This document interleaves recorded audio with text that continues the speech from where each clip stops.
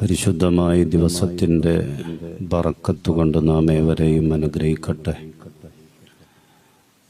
കഴിഞ്ഞുപോയ കാലത്ത് നമ്മുടെ ജീവിതത്തിൽ അറിഞ്ഞോ അറിയാതെയോ ഒക്കെ സംഭവിച്ചു പോയ മുഴുവൻ തെറ്റുകളും അത്യുദാരനായ പടച്ച റബ്ബ്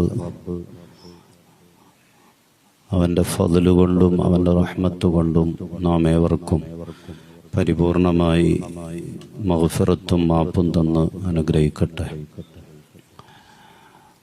രോഗങ്ങൾ, ബലാഅുകൾ, മുസീബത്തുകൾ, ഇടങ്ങേറുകൾ,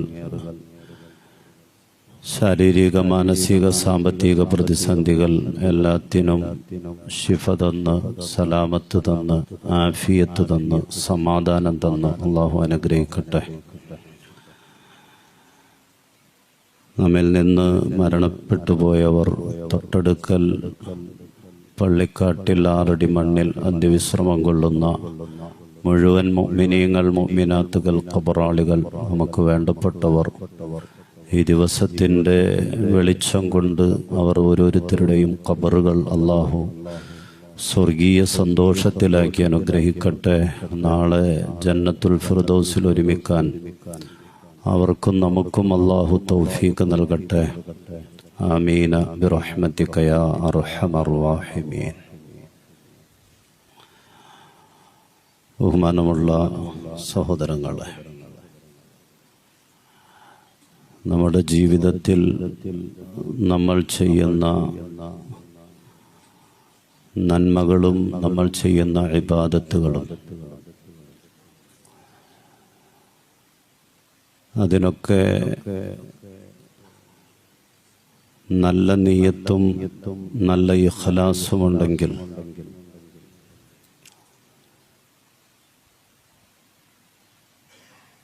ദുനിയാവിലും ആഖിറത്തിലും നമുക്കതിൻ്റെ ഉപകാരവും പ്രയോജനവും ലഭിക്കുന്ന നിലക്ക് അല്ലാഹു സുബ്ഹാനഹു വ തആല സ്വീകരിക്കുന്ന യഥാർത്ഥ നന്മകളായി, ഇബാദത്തുകളായി അത് മാറുമെന്നുള്ളത് ഒരു യാഥാർത്ഥ്യമാണ്. നമ്മളൊരു നല്ല കാര്യം ചെയ്യുമ്പോൾ, അല്ലെങ്കിൽ നമ്മൾ നിസ്കരിക്കുമ്പോൾ, ഒരു ഇബാദത്ത് ചെയ്യുമ്പോൾ അതിലൂടെ അള്ളാഹുവിൻ്റെ പൊരുത്തം നമുക്ക് ലഭിക്കണം. നമ്മൾ ആ ചെയ്തതിൻ്റെ നേട്ടം ദുനിയാവിലും ആഖിറത്തിലും നമുക്ക് ലഭിക്കുകയും ചെയ്യണം. അള്ളാഹുവിൻ്റെ പൊരുത്തവും നമുക്ക് ലഭിക്കണം. അതിലൂടെ ദുനിയാവിലും ആഖിറത്തിലും അതിൻ്റെ പ്രയോജനം ലഭിക്കണം. അത് ലഭിക്കണമെങ്കിൽ നിഷ്കളങ്കമായ, കളങ്കമില്ലാത്ത ശരിയായ ഒരു നിയ്യത്ത്, ലിവജിഹില്ല, അള്ളാഹുവിന് വേണ്ടി എന്നുള്ള നിഷ്കളങ്കമായ ഒരു നിയ്യത്ത് അതിൻ്റെ പിന്നിലുണ്ടാകണം എന്നാണല്ലോ. ഖുൽ ഇന്ന സ്വലാത്തി വ നുസുകി വ മഹ്യായ വ മമാത്തി ലില്ലാഹി റബ്ബിൽ ആലമീൻ. സൂറത്തുൽ അൻആമിലെ 162-ാമത്തെ ആയത്തിലൂടെ അല്ലാഹു സുബ്ഹാനഹു വ തആല നമുക്ക് പഠിപ്പിച്ചു തരുന്നതാണ്. വജ്ജഹത്തുവിൻ്റെ ഭാഗമായി നമ്മൾ ഓതുന്നതുമാണ്. ഇന്ന സ്വലാത്തി, എൻ്റെ നിസ്കാരം, വ നുസുകി, മറ്റു പ്രവർത്തനങ്ങൾ, വ മഹ്യായ, എൻ്റെ ജീവിതം, വ മമാത്തി, എൻ്റെ മരണം, എല്ലാം ലില്ലാഹി റബ്ബിൽ ആലമീൻ,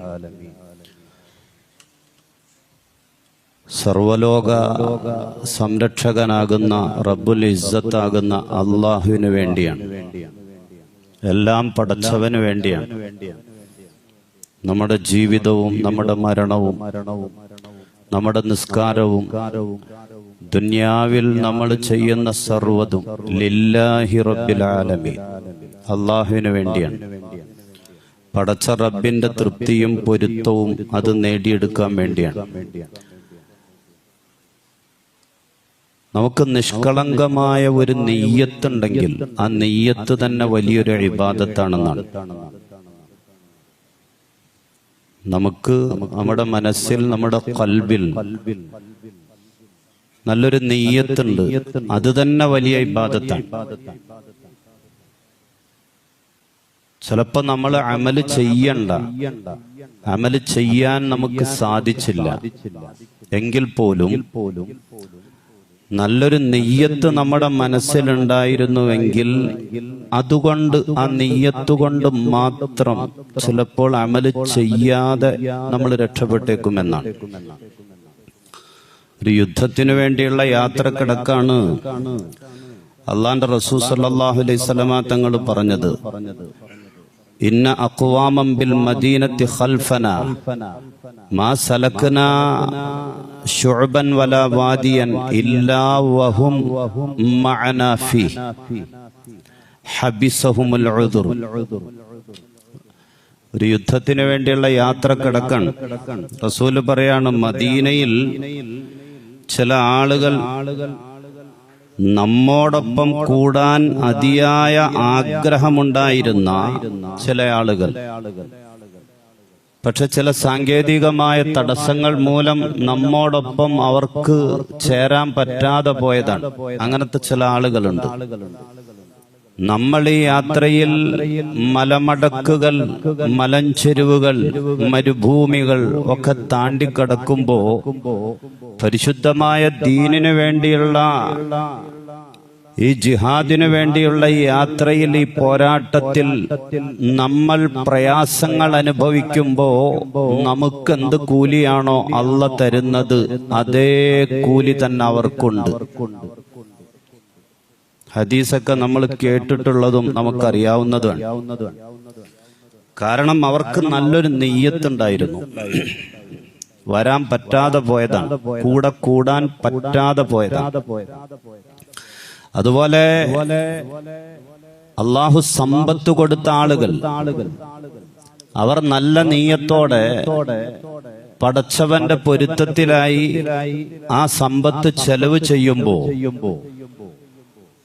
അള്ളാഹുവിന്റെ പൊരുത്തത്തിലായി സക്കാത്ത് കൊടുക്കുകയും സദക്ക കൊടുക്കുകയും ഹദിയ നിർവഹിക്കുകയും മറ്റ് കാരുണ്യ പ്രവർത്തനങ്ങൾ തന്റെ കയ്യിലുള്ള സമ്പത്ത് കൊണ്ട് അവർ നിർവഹിക്കുകയും ചെയ്യുന്നത് കാണുമ്പോ, സമ്പത്തില്ലാത്ത ചില ആളുകൾ, അള്ളാഹു സമ്പത്ത് കൊടുക്കാത്ത ചില ആളുകൾ, ആ ആളുകൾ അത് കണ്ടിട്ട് അവർ അല്ലാഹു സുബ്ഹാനഹു വ തആലയോട്, അല്ലെങ്കിൽ നല്ല നിയ്യത്തോടെ, നല്ല മനസ്സോടെ ആ ആളുകൾ പറയുകയാണ്, അല്ലാഹു എനിക്ക് സമ്പത്ത് നൽകിയിരുന്നുവെങ്കിൽ, അല്ലാഹു സുബ്ഹാനഹു വ തആല എനിക്ക് സമ്പത്ത് തന്നിരുന്നുവെങ്കിൽ ലഅമിൽതു ബിഅമലി ഫുലാനിൻ, ആ മനുഷ്യൻ ചെയ്യുമ്പോലുള്ള നന്മകളൊക്കെ ഞാനും ചെയ്തേനെ. ഫഹുവ സാദിഖുൻ നിയ്യ, വെറും വാക്ക് പറയുന്നൊന്നല്ല. റസൂലുള്ളാഹി സ്വല്ലല്ലാഹു അലൈഹി വസല്ലമ തങ്ങൾ പറയാണ്, വെറും വാക്ക് പറയുന്ന ഫഹുവ സാദിഖുൻ നിയ്യ, നല്ല നിയ്യത്തോടുകൂടെ, നല്ല മനസ്സോടുകൂടെ, ഇഖ്ലാസോടുകൂടെ, ആഗ്രഹത്തോടുകൂടെ, നിഷ്കളങ്കമായിട്ട് പറയാണ്, എനിക്കുണ്ടായിരുന്നെങ്കിൽ അദ്ദേഹം ചെയ്യുമ്പോലുള്ള നന്മകളൊക്കെ ഞാനും ചെയ്തേനെ എന്നാ മനുഷ്യൻ പറയാൻ. അങ്ങനെ പറഞ്ഞാൽ ഫഹുവ ബിനിയ്യതിഹി ഫഅജ്റുഹുമാ സവാ, രണ്ടുപേർക്കും ഒറ്റ കൂലിയാണ്. ഖാല റസൂലുള്ളാഹി, വെറുതെ വർത്താനം പറയുന്നല്ല. ഫഅജ്റുഹുമാ സവാ, ആ മനുഷ്യൻ കൊടുത്തിട്ട് വാങ്ങുന്നത് ഈ മനുഷ്യൻ കൊടുക്കാതെ ഇവന്റെ നല്ല മനസ്സുകൊണ്ട് നേടിയെടുക്കും എന്ന് ഖാല റസൂലുള്ളാഹി സ്വല്ലല്ലാഹു. ബദർ യുദ്ധം ചെയ്ത സഹാബത്തിന്റെ മഹത്വം എന്താണെന്ന് നമുക്കറിയാലോ. ബദരീങ്ങളുടെ മഹത്വം എന്താണ്? മിൻ അഫ്ളലിൽ മുഅ്മിനീൻ, സത്യവിശ്വാസികളിൽ ഒന്നാം സ്ഥാനം അവർക്കാണ്. അമ്പിയാക്കന്മാര് കഴിഞ്ഞാൽ ഈ ദുനിയാവിൽ അടുത്ത സ്ഥാനം ബദരീങ്ങൾക്കാണ്. ദുനിയാവിൽ വച്ച് തന്നെ സ്വർഗം ഉറപ്പിച്ചവരാണ് ബദരീങ്ങൾ. അവരുടെ കഴിഞ്ഞുപോയതും ഇനി വരാനുള്ളതും എല്ലാം അല്ലാഹ് പുറത്തു കൊടുത്തേക്കാണ്. കഴിഞ്ഞുപോയ പാപങ്ങൾ ഇനി വരാനുള്ള എല്ലാം അല്ലാഹു സുബ്ഹാനഹു വ തആല പുറത്തു കൊടുത്ത വിഭാഗമാണ് ബദരീങ്ങൾ. നിങ്ങൾക്ക് തോന്നിയതുപോലെ നിങ്ങൾ ജീവിച്ചോ, നിങ്ങൾക്ക് തോന്നിയതുപോലെ ഇഷ്ടമുള്ളതുപോലെ ഇനി ദുനിയാവിൽ നിങ്ങൾ ജീവിച്ചോ എന്ന് അല്ലാഹ് അനുവാദം കൊടുത്തേക്കുന്ന വിഭാഗമാണ് ബദരീങ്ങൾ. സ്വന്തം ശരിയെന്ന് തോന്നുന്ന എന്തും ചെയ്യാനുള്ള അനുവാദം പടച്ച റബ്ബ് കൊടുത്ത വിഭാഗം, ദുനിയാവിൽ വെച്ച് സ്വർഗം ഉറപ്പിച്ച വിഭാഗം. ആ ബദരീങ്ങളുടെ കൂട്ടത്തിൽ ഒന്നാമതായി മുഹമ്മദുർ റസൂലുള്ളാഹി സ്വല്ലല്ലാഹു അലൈഹി വസല്ലമയെ എണ്ണും. രണ്ടാമതായി സയ്യിദുനാ അബൂബക്കർ, മൂന്നാമതായി സയ്യിദുനാ ഉമർ റളിയല്ലാഹു തആല അൻഹും, നാലാമതായി നമ്മൾ എണ്ണുന്നത് സയ്യിദുനാ ഉസ്മാൻ റളിയല്ലാഹു തആല അൻഹുവിനെയാണ്. ബദർ യുദ്ധം നടക്കുന്ന സമയത്ത് ഉസ്മാൻ റളിയല്ലാഹു തആല അൻഹു ബദറിലല്ല, മദീനയിലാണ്, സ്വന്തം വീട്ടിലാണ്. ബദർ യുദ്ധം നടക്കുന്ന സമയത്ത് ഉസ്മാൻ റളിയല്ലാഹു തആല അൻഹു സ്വന്തം വീട്ടിലാണ്. രോഗിയായ ഭാര്യയെ ശുശ്രൂഷിക്കാൻ, റസൂലിന്റെ മകൾ ഭാര്യയെ ശുശ്രൂഷിക്കാൻ. ബദർ യുദ്ധത്തിൽ പങ്കെടുത്തിട്ടില്ല ഉസ്മാൻ റളിയല്ലാഹു തആല അൻഹു. പക്ഷേ ബദറിൽ ഷഹീദായ, പങ്കെടുത്ത അല്ലെങ്കിൽ ഷഹീദായ ഒരു സഹാബിക്ക് ലഭിക്കുന്ന എല്ലാ അനുഗ്രഹങ്ങളും എല്ലാ പുണ്യങ്ങളും എല്ലാ സ്ഥാനങ്ങളും ബഹുമാനപ്പെട്ട ഉസ്മാൻ റളിയല്ലാഹു തആല അൻഹുവിനും റസൂലുള്ളാഹി സ്വല്ലല്ലാഹു അലൈഹി വസല്ലമ തങ്ങൾ ഓഫർ ചെയ്തേക്കാൻ. ബദരീങ്ങളിൽ റസൂൽ കഴിഞ്ഞാൽ, അബൂബക്കർ തങ്ങൾ കഴിഞ്ഞാൽ, ഉമർ തങ്ങൾ കഴിഞ്ഞാൽ നാലാമനായി ബഹുമാനപ്പെട്ട ഉസ്മാൻ റളിയല്ലാഹു തആല അൻഹുവിന്റെ പേരാണ് നമ്മൾ പറയുന്നത്. കാരണം പങ്കെടുക്കണമെന്ന് ആഗ്രഹം ഉണ്ടായിരുന്നു. ഭാര്യയുടെ ചികിത്സയും ട്രീറ്റ്മെന്റും ശുശ്രൂഷയും ഒക്കെയായി ബന്ധപ്പെട്ട് റസൂൽ മദീനയിൽ നിൽക്കാൻ പറഞ്ഞത് കൊണ്ട് മാത്രം ബദറിൽ പങ്കെടുക്കാൻ പറ്റാതെ പോയത്. ബദർ യുദ്ധം ചെയ്യാതെ തന്നെ ബദരീങ്ങളുടെ എല്ലാ സൗഭാഗ്യവും ബഹുമാനപ്പെട്ട ഉസ്മാൻ റളിയല്ലാഹു തആല അൻഹുവിനുണ്ട്. ആ മനസ്സിന്റെ, ആ നിയ്യത്തിന്റെ, ആഗ്രഹത്തിന്റെ ഫലമാണത്. അതുകൊണ്ട് മുസ്ലിമീങ്ങളായ നമ്മെ സംബന്ധിച്ചിടത്തോളം നമുക്ക് നല്ല നീയത്തോടെ, നല്ല നീയത്ത് നമുക്കുണ്ടെങ്കിൽ ആ നീയത്ത് കൊണ്ട് മാത്രം, ചിലപ്പോ അമല് ചെയ്യാൻ നമുക്ക് പറ്റാതെ പോയാലും ആ നീയത്ത് കൊണ്ട് മാത്രം നമുക്ക് രക്ഷപ്പെടാൻ പറ്റുന്നതാണ്. നേരെ ഓപ്പോസിറ്റ് ഉണ്ട്. നമ്മുടെ ഉദ്ദേശം മോശമാണെങ്കിൽ,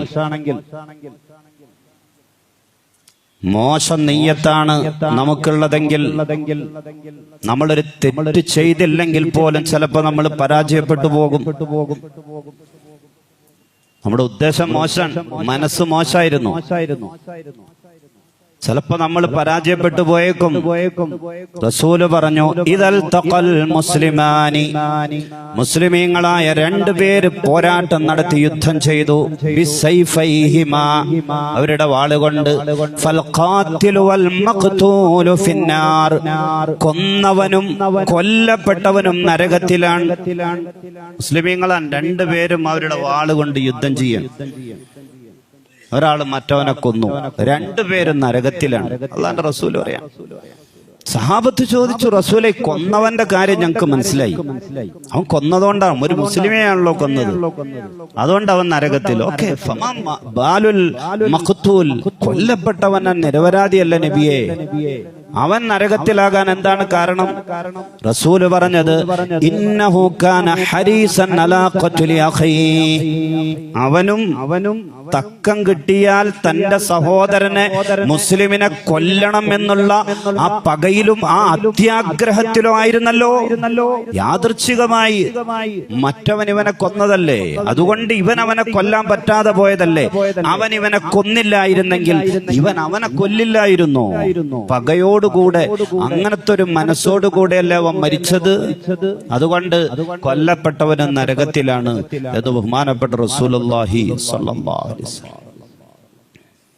അതുപോലെ അള്ളാഹു സമ്പത്ത് വാരിക്കോരിക്കൊടുത്ത ഒരു മനുഷ്യൻ ധാരാളം സമ്പത്ത് കൊടുത്തിട്ടുണ്ട്. പക്ഷേ ആ വിഷയത്തിൽ അള്ളാഹുവിനെ അവൻ പേടിക്കുന്നില്ല.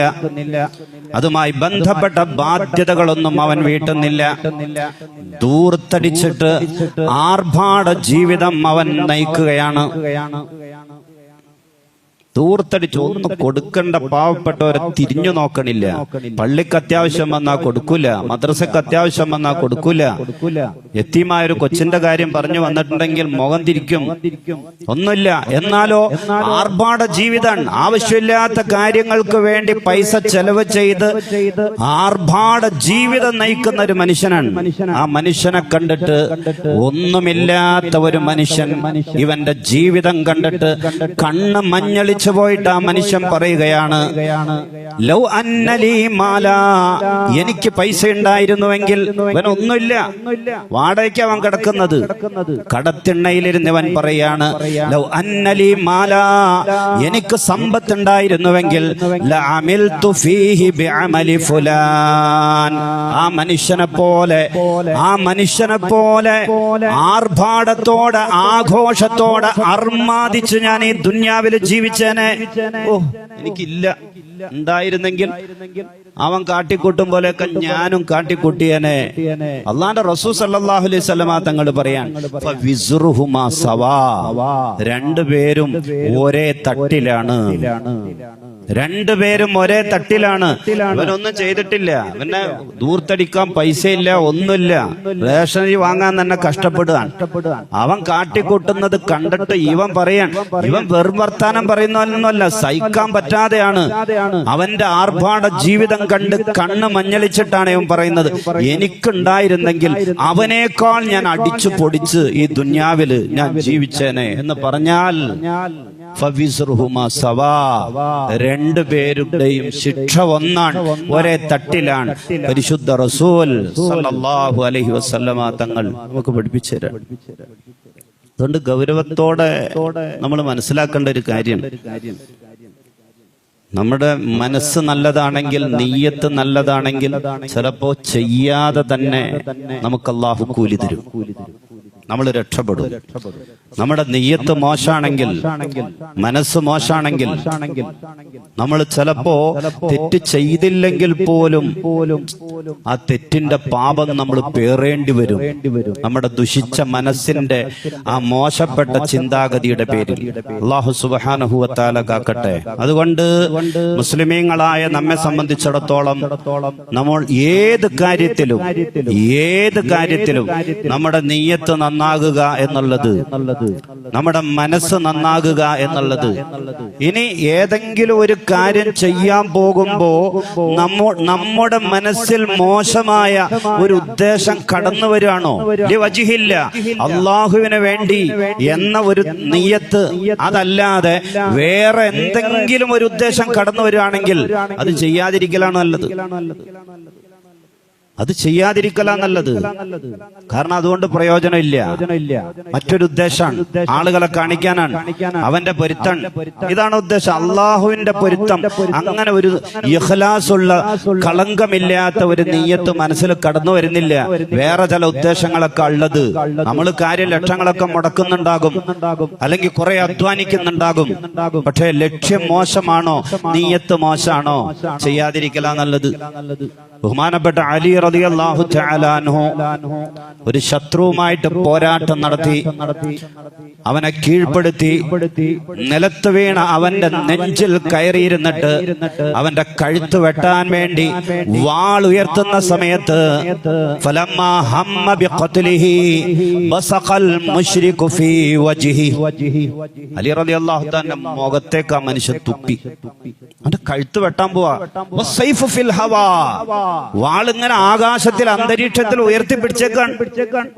അലി റളിയല്ലാഹു തആല അൻഹു അവന്റെ കഴുത്ത് വെട്ടാൻ വേണ്ടി ആകാശത്തിലേക്ക് വാൾ ഉയർത്തിപ്പിടിച്ച സമയത്താണ് അവൻ അലി റളിയല്ലാഹു തആല മുഖത്ത് തുപ്പുന്നത്. വൻസറഫ അൻഹു വലം യഖ്തുൽ, അലി റളിയല്ലാഹു തആല പിന്തിരിഞ്ഞു പോയി. അവനെ കൊന്നില്ല എന്നാണ്. കാരണം ചോദിച്ചപ്പോൾ അലി റളിയല്ലാഹു തആല അൻഹു പറഞ്ഞു, അവനെ ഞാൻ കൊല്ലാൻ ഉദ്ദേശിച്ചത് ലിഅന്നഹു കാന അദുവൻ ലില്ലാഹ്, അല്ലാഹുവിന്റെ ശത്രു ആയതുകൊണ്ടാണ്. എന്റെ ശത്രു ആയതുകൊണ്ടല്ല. ഞാനും അവനും തമ്മിൽ വ്യക്തിപരമായിട്ടൊരു പ്രശ്നമില്ല. വ്യക്തിപരമായി ഞാനും അവനും തമ്മിൽ ഒരു വിഷയമില്ല. അവൻ അള്ളാഹുവിന്റെ ദീനിന്റെ ശത്രു ആയതുകൊണ്ടാണ് ഞാൻ അവനെ കൊല്ലാൻ തീരുമാനിച്ചത്. പക്ഷേ അവൻ എന്റെ മുഖത്ത് തുപ്പിയപ്പോ അവനോട് എനിക്ക് വ്യക്തിപരമായ ഒരു വിദ്വേഷവും ഒരു വെറുപ്പും ഒരു ദേഷ്യവും, അങ്ങനെ അവൻ എന്റെ ശത്രുവായി. എന്റെ മനസ്സിൽ വ്യക്തിപരമായി അവനോട് വിരോധം കടന്നു വന്നു. ആ സമയത്ത് ഞാൻ അവനെ കൊന്നാൽ അവനോടുള്ള വ്യക്തിവിരോധത്തിന്റെ പേരിൽ ഞാൻ അവനെ കൊന്നു എന്ന് വരാൻ സാധ്യതയുണ്ട്. എന്റെ നീയത്ത് വജിഹില്ല എന്നുള്ള നീയത്ത് മാറിപ്പോകുമെന്ന് ഞാൻ സംശയിച്ചു. അതുകൊണ്ടാണ് ഞാൻ ഒഴിവാക്കിയത്. ബഹുമാനപ്പെട്ട അലി റളിയല്ലാഹു തആല അൻഹു പറഞ്ഞു എന്നാണ്. ഏത് കാര്യത്തിൽ ഉദ്ദേശം മോശമായി പോകാണോ, ഉദ്ദേശം മോശമായി പോകാണോ എങ്കിൽ അത് ചെയ്യാതിരിക്കലാണ് നല്ലത്. ഇരിക്കട്ടെ, മുസ്ലിമീങ്ങളായ നമ്മെ സംബന്ധിച്ചിടത്തോളം നമ്മുടെ ജീവിതത്തിന്റെ എല്ലാ കാര്യങ്ങളിലും നിസ്കരിക്കുന്നത് അല്ലാഹുവിന് വേണ്ടി, നോമ്പ് പിടിക്കുന്നത് അല്ലാഹുവിന് വേണ്ടി, ഹജ്ജ് ചെയ്യുന്നത് അല്ലാഹുവിന് വേണ്ടി, സക്കാത്ത് കൊടുക്കുന്നത്, സദഖ കൊടുക്കുന്നത് ലിവജ്ഹില്ല. അങ്ങനെ ഒരു ഉദ്ദേശം ഉണ്ടാകാവുള്ളൂ നമുക്കതിൻ്റെ അകത്ത്. ഒരു മനുഷ്യന് 15 ലക്ഷം രൂപ മുടക്കിയിട്ട് നമ്മൾ സ്വന്തം പോക്കറ്റിൽ നിന്ന് എടുത്തു കൊടുത്തിട്ട് അയാൾക്കൊരു വീട് നമ്മൾ ഉണ്ടാക്കി കൊടുത്തു നോക്കുക. നമ്മൾ സ്വന്തം പോക്കറ്റിൽ നിന്ന് 10-15 ലക്ഷം രൂപ മുടക്കിയിട്ട് ഒരു വീട് ഉണ്ടാക്കി കൊടുത്തു. വജിഹില്ല, അള്ളാന്റെ പൊരുത്തത്തിന് വേണ്ടിയാണ് നമ്മൾ ചെയ്തത്. കുറെ കഴിഞ്ഞപ്പോ അവൻ നമ്മുടെ ഏറ്റവും വലിയ ശത്രുവായി മാറി. കുറച്ചു കഴിഞ്ഞപ്പോ അവൻ നമ്മുടെ ഏറ്റവും വലിയ ശത്രുവായി മാറി. നമ്മെ മോശക്കാരനാക്കി വർത്താനം പറഞ്ഞുകൊണ്ടാണ് അവൻ നടക്കുന്നത്. നമ്മൾ എന്തിനു സങ്കടപ്പെടണം? നമ്മൾ സങ്കടപ്പെടുന്നത് എന്തിനാണ്? അവന്റെ പൊരുത്തത്തിനും അവന്റെ അംഗീകാരത്തിനും വേണ്ടി അല്ലല്ലോ നമ്മൾ 15 ലക്ഷം രൂപ മുടക്കിയത്. നമ്മൾ അള്ളാന്റെ പൊരുത്തത്തിന് വേണ്ടി ചെയ്തതാണ്. ലി വജിഹില്ല. നമ്മുടെ 15 ലക്ഷം വെള്ളത്തിലായി എന്നാണോ? ഇല്ല. ലി വജിഹില്ല, അള്ളാന്റെ പൊരുത്തത്തിന് വേണ്ടിയാണ് നമ്മളത് ചെയ്തതെങ്കിൽ നമ്മൾ സങ്കടപ്പെടേണ്ട കാര്യമില്ല. അവൻ നമ്മളെ ഇഷ്ടപ്പെടോ ഇഷ്ടപ്പെടാതിരിക്കോ, സ്നേഹിക്കോ അല്ലെങ്കിൽ ശത്രുത എന്തും ചെയ്തോട്ടെ. നമ്മുടെ നീയത്ത് നല്ലതാണെങ്കിൽ അതിനനുസരിച്ച് നമുക്ക് കൂലിയുണ്ട്. മറുഭാഗത്ത് നിന്ന് എന്തൊക്കെ നമ്മൾ അനുഭവിക്കേണ്ടി വന്നാലും ഞാൻ അവൻ അങ്ങനെ ചെയ്തിട്ടും അവൻ ഇങ്ങനെ ചെയ്തല്ലോ, സങ്കടപ്പെടേണ്ട കാര്യമില്ല. നമ്മുടെ നീയത്ത് നന്നാകണം. ചില വിവാഹ സദസ്സുകളിലൊക്കെ ചെല്ലുമ്പോ പാവപ്പെട്ട അർഹതപ്പെട്ട ആളുകളാണെങ്കിൽ അവർക്ക് നമ്മളൊരു കവർ കൊടുക്കും. അത് സ്വാഭാവികമാണ്, എല്ലാ നാട്ടിലുള്ളതാണ്. ആ കവർ നമ്മൾ എന്തുദ്ദേശത്തോടെയാണ് കൊടുക്കുന്നത്? എല്ലാവരും കൊടുക്കുന്നു, ഞാനും കൊടുത്തില്ലെങ്കിൽ ശരിയാകൂലല്ലോ എന്ന നീയത്താണോ? എങ്കിൽ ഞാൻ 500 കൊടുക്കുമ്പോ 100എങ്കിലും കൂട്ടി 600എങ്കിലും എന്റെ മോളുടെ കല്യാണത്തിന് തിരിച്ചു തരൂലേ എന്ന നീയത്താണോ? ആ നീയത്തോടു കൂടെയാണെങ്കിൽ അതിനൊരു നന്മാന്നും ഇബാദത്ത് എന്നൊന്നും നമുക്ക് പറയാൻ പറ്റൂല. കൊടുക്കുന്നതിൽ വജിഹില്ല, അള്ളാഹുവിന്റെ പൊരുത്തത്തിന് വേണ്ടി കൊടുക്കുക. നമ്മൾ എന്ത് കൊടുത്താലും അള്ളാഹുവിന്റെ പൊരുത്തത്തിന് വേണ്ടി കൊടുക്കുക. പേരെഴുതോ എഴുതാതിരിക്കോ അതൊക്കെ വേറെ വിഷയം. ഇങ്ങോട്ട് തിരിച്ചു കിട്ടണം എന്ന ഉദ്ദേശത്തോടു കൂടിയാണെങ്കിൽ അതിന് ഇബാദത്ത് എന്നൊന്നും പറയാൻ പറ്റൂല, നന്മയാണ് എന്നൊന്നും പറയാൻ പറ്റൂല. അള്ളാന്റെ പൊരുത്തത്തിന് വേണ്ടി നമ്മൾ കൊടുക്കുക ഏത് കാര്യം, എങ്കിലേ അത് ഉപകാരപ്പെടൂ. നമ്മുടെ മക്കളുടെ വിഷയം, നമ്മുടെ കുടുംബം, നമ്മുടെ ജീവിതം, നമ്മുടെ ഇണകൾക്ക് നമ്മൾ ചെലവ് ചെയ്യുന്നത്, മാതാപിതാക്കൾക്ക് മരുന്ന് വാങ്ങാൻ പൈസ കൊടുക്കുന്നത് അല്ലെങ്കിൽ മരുന്ന് വാങ്ങിക്കൊടുക്കുന്നത്, ഹോസ്പിറ്റലിൽ കൊണ്ടുപോകുന്നത്, എല്ലാം നമ്മൾ ചെയ്യുന്നത് വജിഹില്ല, അള്ളാന്റെ പൊരുത്തം, അള്ളാന്റെ പൊരുത്തം. അതല്ലാതെ മറ്റൊന്നും അതിൻ്റെ അകത്ത് വേണ്ട. അങ്ങനൊരു നീയത്തുണ്ടാകുമ്പോ എല്ലാം നമ്മൾ ആഗ്രഹിക്കും പോലെ ഭംഗിയായി മാറും. അങ്ങനെ നീയത്തില്ലാതെ പോകുമ്പോ ചിലപ്പോ താളപ്പിഴവുകൾ ഉണ്ടാകും. സ്വന്തം വീട് വിറ്റിട്ട് വാടകയ്ക്ക് പോയി കിടന്നിട്ടാണ് മകളെ MBBS പഠിപ്പിച്ചിട്ട് ഡോക്ടറാക്കിയത്. അവള് ഡോക്ടറായി കഴിഞ്ഞപ്പോ 10ാം ക്ലാസ്സിൽ അവന്റെ കൂടെ പഠിച്ച, അവളുടെ കൂടെ പഠിച്ച ഒരുത്തന്റെ കൂടെ ജീവിതം ആരംഭിക്കുകയാണ്. ആ മാതാപിതാക്കൾക്ക് എന്താണ് തിരിച്ചു കിട്ടിയത്? വീട് വിറ്റിട്ട് വാടകയ്ക്ക് പോയി കിടന്നിട്ടാണ് മകളെ MBBS പഠിപ്പിച്ചത്. എന്നിട്ട് ഇവർക്ക് തൃപ്തിയില്ലാത്ത, ഇവരാഗ്രഹിക്കാത്ത, കൊതിക്കാത്ത ഈ 10ാം ക്ലാസ്സിൽ കൂടെ പഠിച്ച ഒരുത്തന്റെ കൂടെ താമസിക്കാൻ. ഇന്നും FB-യിൽ ഒരു പോസ്റ്റ് കണ്ടു. മുസ്ലിം പേരുള്ള തലയിൽ തട്ടമുള്ള ഒരു ഡോക്ടറായ പെൺകുട്ടിയുടെ വിവാഹത്തിന്റെ ഫോട്ടോയാണ്. കൂടെ നിൽക്കുന്നത് മുസ്ലിം പേരല്ലാത്ത മറ്റൊരു സഹോദര സമുദായത്തിൽപ്പെട്ട വേറൊരു ചെറുപ്പക്കാരനാണ്. രജിസ്റ്റർ വിവാഹം കഴിഞ്ഞതാണ്. ആ മക്കളെയൊക്കെ ഡോക്ടറാക്കാൻ വേണ്ടി മാതാപിതാക്കൾ സഹിച്ച കഷ്ടപ്പാടുകൾ എത്ര വലുതായിരിക്കും. എന്താണ് തിരിച്ചു കിട്ടിയത്?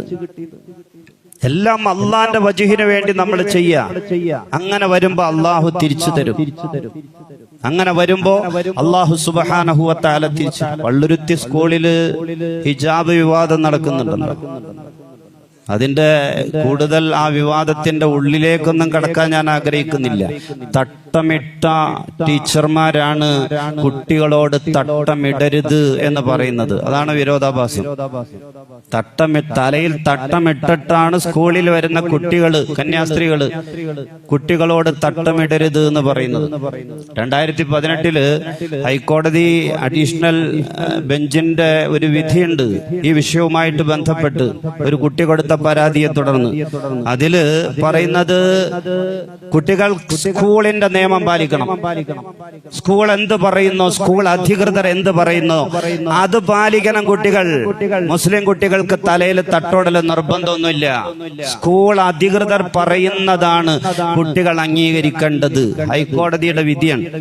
ആ വിധിച്ചത് മുഷ്താഖ് അഹമ്മദ് എന്ന പേരുള്ള ഒരു മുസ്ലിം പേരുള്ള ജഡ്ജിയാണ് എന്നുള്ളതാണ് മറ്റ് ഒരു വിരോധാഭാസം. ആ വിധി നിലനിൽക്കുന്നിടത്തോളം കാലം ഗവൺമെന്റ് പറഞ്ഞാലും വിദ്യാഭ്യാസ മന്ത്രി പറഞ്ഞാലും ഇത്തരം മാനേജ്മെന്റുകളൊന്നും അത് ഉൾക്കൊള്ളൂല. ഈ വിഷയത്തിൽ അവസാനം വന്നിട്ടുള്ള ഹൈക്കോടതിയുടെ വിധി അതാണ്. അതിന്റെ വിവാദത്തിലേക്ക് ഞാൻ കടക്കുന്നില്ല. എങ്കിലും സമുദായം മനസ്സിലാക്കേണ്ട ഒരു കാര്യമുണ്ട്. സ്വന്തം മകൾ, സ്വന്തം പെൺകുട്ടി പൂർണ്ണമായിട്ട് അവൾ തലയിൽ തട്ടം ധരിക്കണം, തല മറക്കണം എന്ന നിർബന്ധ ബുദ്ധിയുള്ള എത്ര രക്ഷകർത്താക്കൾ ഉണ്ടെന്ന് സമുദായത്തിൽ. ഈ ഉമ്മത്തിൽ സ്കൂളിൽ പോകുന്ന എന്റെ കുട്ടി ചുമ്മാ ഏതെങ്കിലും ഒരു ഷാള് പകുതിയും മുക്കാലും കാണാൻ പാകത്തിന്, കുറെ കഴിയുമ്പോൾ അവളുടെ കഴുത്തിലേക്ക് നീങ്ങാൻ പാകത്തിന് ഇടക്കിടക്ക് തലയിലേക്ക് കയറ്റിയിടുക, വീണ്ടും താഴേക്ക് ഊർന്നു പോവുക. അങ്ങനെയുള്ള ഷാല് ധരിക്കുന്നതിന് തട്ടം ധരിക്കാന്നും തലമറക്കാന്നൊന്നും പറയില്ല. പരിപൂർണമായിട്ട് തലമറയുന്ന നിലക്ക് എന്റെ മകൾ തട്ടം ധരിച്ച് സ്കൂളിൽ പോകണം എന്ന നിർബന്ധ ബുദ്ധിയുള്ള, വാശിയുള്ള എത്ര മുസ്ലിം രക്ഷകർത്താക്കൾ ഉണ്ടെന്ന് പറ. എത്ര കുട്ടികളുണ്ട്. ശരീരം മുഴുവൻ മറയ്ക്കാവുന്ന വസ്ത്രം ധരിക്കാൻ അനുവാദമുള്ള, പർദ്ദ ധരിക്കാൻ അനുവാദമുള്ള, തലമറയ്ക്കാൻ അനുവാദമുള്ള, ഹിജാബ് ധരിക്കാനും നിഖാബ് ധരിക്കാനും മുഖം മറയ്ക്കാൻ വരെ അനുവാദമുള്ള മുസ്ലിം മാനേജ്മെന്റുകൾ നടത്തുന്ന കോളേജുകളുണ്ട്. പക്ഷേ ശരിയാമണ്ണം അവിടെ തലമറയ്ക്കുന്ന കുട്ടികൾ, മുസ്ലിം കുട്ടികൾ പോലും വിരലിൽ എണ്ണാവുന്നതാണ്. വേണമെങ്കിൽ മുഖം പറിക്കാനുള്ള അനുവാദമുണ്ട്. എനിക്കറിയാവുന്ന ഒരു ക്ലാസ്സിൽ, ഒരു കോളേജിൽ, ഒരു ക്ലാസ്സിൽ ആകെ ഒരു കുട്ടി മാത്രമാണ്. ആ കുട്ടി മുഖം മറിച്ചിട്ടാ പോകുന്നത്. ബാക്കിയുള്ള കുട്ടികൾ നേരാമണ്ണ തലയിൽ പോലും തുണിയിടുന്നില്ല. നമ്മുടെ സമുദായത്തിന്റെ അവസ്ഥ ഇതാണ്. തല മറയ്ക്കുക എന്ന് പറഞ്ഞാൽ വജിഹില്ല, അത് അള്ളാഹുവിന്റെ പൊരുത്തത്തിന് വേണ്ടിയുള്ളതാണ്. തല തുറന്നിടുക എന്ന് പറഞ്ഞാൽ വജിഹി ശൈത്വാൻ, അത് പിശാചിന്റെ പൊരുത്തത്തിന് വേണ്ടിയുള്ള കാര്യമാണ്. അതിലേക്കായിരിക്കും മനസ്സ് ഓടിയെടുക്കുന്നത്. സമുദായത്തിന്റെ, ഉമ്മത്തിന്റെ അവസ്ഥ ഇതാണ്. പിന്നെ നമ്മൾ ആരെയാണ് കുറ്റം പറയുന്നത്? നമ്മുടെ ജീവിതം, നമ്മൾ ചെയ്യുന്ന ചെറിയ കാര്യങ്ങൾ മുതൽ നമ്മുടെ കുടുംബം, നമ്മുടെ മക്കൾ, നമ്മുടെ ഇണകൾ, എല്ലാ കാര്യത്തിലും അള്ളാഹുവിന്റെ പൊരുത്തം ഉദ്ദേശിച്ചുകൊണ്ട് ഇടപെടുന്ന ഒരു സാഹചര്യം നമുക്കില്ലെങ്കിൽ മറ്റുള്ളവരെ മാത്രം നമ്മൾ എന്തിനു കുറ്റം പറയണം? അവിടെ അങ്ങനെയാണ്, ഇവിടെ എങ്ങനെയാണ്. അങ്ങനെ കുറ്റം പറഞ്ഞിട്ട് കാര്യമില്ലല്ലോ. തിരുത്തലുകളും മാറ്റങ്ങളും വരുത്തേണ്ടത് നമ്മളാണ്. അല്ലാഹു സുബ്ഹാനഹു വ തആല അനുഗ്രഹിക്കട്ടെ. കാര്യങ്ങൾ ഉൾക്കൊള്ളാനും മനസ്സിലാക്കാനും അതിനനുസരിച്ച് പ്രവർത്തിക്കാനും അല്ലാഹു സുബ്ഹാനഹു വ തആല നാം ഏവർക്കും തൗഫീഖ് നൽകട്ടെ. നമ്മുടെ മക്കളെ ദുനിയാവിലും ആഖിറത്തിലും ഉപകാരപ്പെടുന്ന സ്വാലിഹായ സന്താനങ്ങളായി, ദീനുള്ള സന്താനങ്ങളായി വളർത്താൻ പടച്ചവൻ നമുക്ക് തൗഫീഖ് നൽകട്ടെ. ആമീൻ ബിറഹ്മതിക യാ അർഹമർ റഹീമീൻ. അൽഹംദുലില്ലാഹി റബ്ബിൽ ആലമീൻ ബിബറകത്തി